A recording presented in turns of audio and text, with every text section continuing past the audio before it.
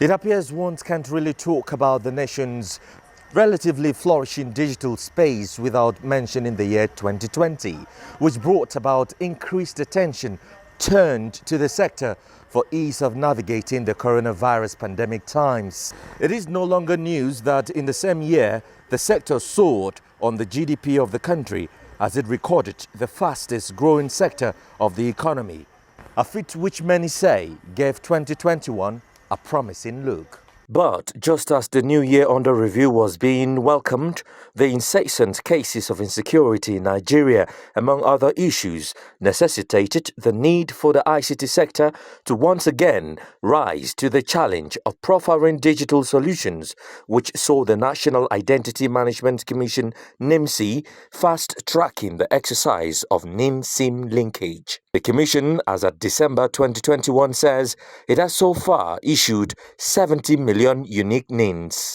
In this digital era, that you need a mobile phone, you need also a digital account, and then the identity is the foundation that determines the people that will also make the digital economy works properly. The issue of fifth generation, also known as 5G, was also identified as critical to the digital Nigeria's quest. The Ministry of Communications and Digital Economy doubled efforts in consultations and research to ascertain the suitability of the technology in the country.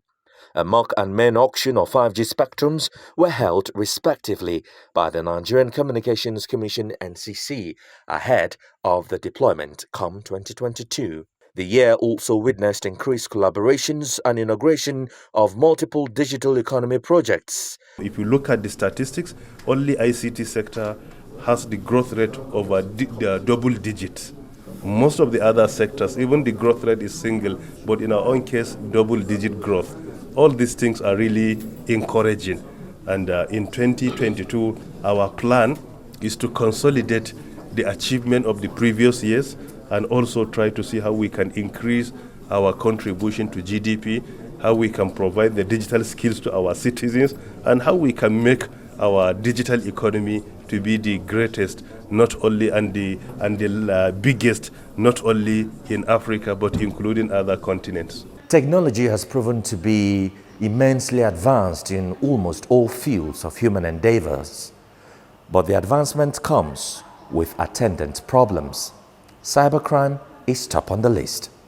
While some say cybercrime is the white elephant in the room, others are of the view that it is a necessary evil as far as cyberspace is concerned. The federal government, on its part, does not seem keen on sharing the nation's digital space with cybercriminals.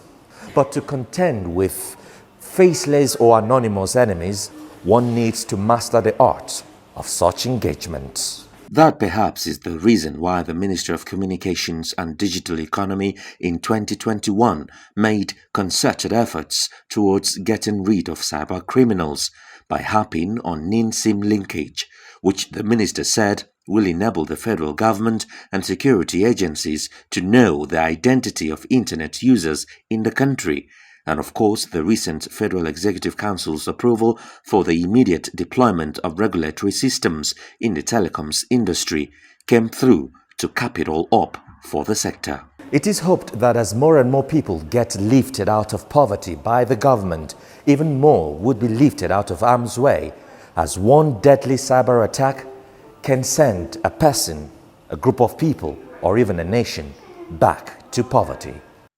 With our 160.593 billion 2022 budget for the ministry and plans on top gear for the deployment of 5G technology in the first month of the year, there are indications that 2022 also looks promising for the communications sector. Joseph Johnson, NTA News.